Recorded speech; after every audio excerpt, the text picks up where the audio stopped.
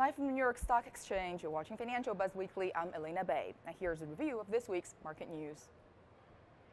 After losing ground in the first week of 2015, stocks were falling again this week.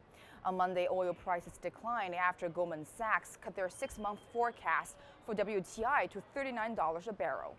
Aluminum giant Alcoa kicked off earnings season on Monday, topping projections with a $6.4 billion revenue. Tuesday was a big day for the labor market. We got the job openings and labor turnover survey report, which is one of the Federal Reserve's favorite economic indicators.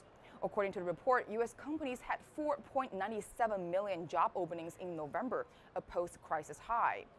Apple was a big contributor early on to the rally after Credit Suisse upgraded the company to outperform. But after a wild ride on Tuesday, stocks gave up early gains and finished in the red. On Wednesday, U.S. stocks declined for a fourth straight session as an overnight collapse in the price of copper pushed futures lower, with stocks never able to gain momentum back during the day. In December, retail sales posted 0.9% loss, and investors are worried about global economic growth. Earnings season for big U.S. banks kicked off with reports out of Wells Fargo and JP Chase. Wells Fargo was able to beat Wall Street forecasts with a slightly higher net income, but JP Morgan reported a 7% decline in fourth quarter earnings, which sent the company stocks down 3.5% for the day. JP Chase, the biggest bank in the U.S. by assets, has been hit pretty hard by legal costs over the past year.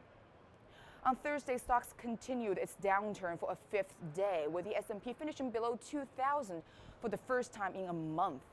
Citigroup and Bank of America were the latest U.S. banks to report earnings. Both companies posted disappointing earnings per share.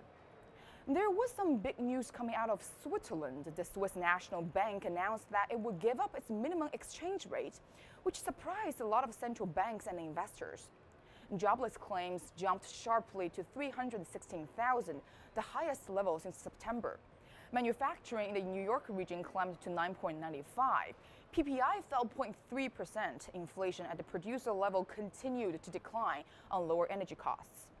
On Friday, industrial production for December slipped 0.1%. Consumer price inflation fell 0.4%, and Goldman Sachs fell after the investment bank reported a 7% decline in profit.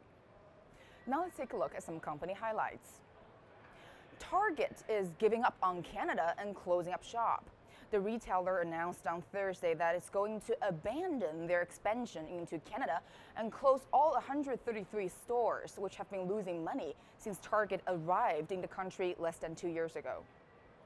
Shares of Chipotle slipped after the fast food chain stopped serving pork at nearly a third of its locations.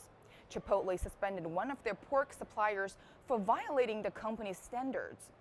Chipotle demands that their supplier raise their pigs in humane conditions with access to the outdoors.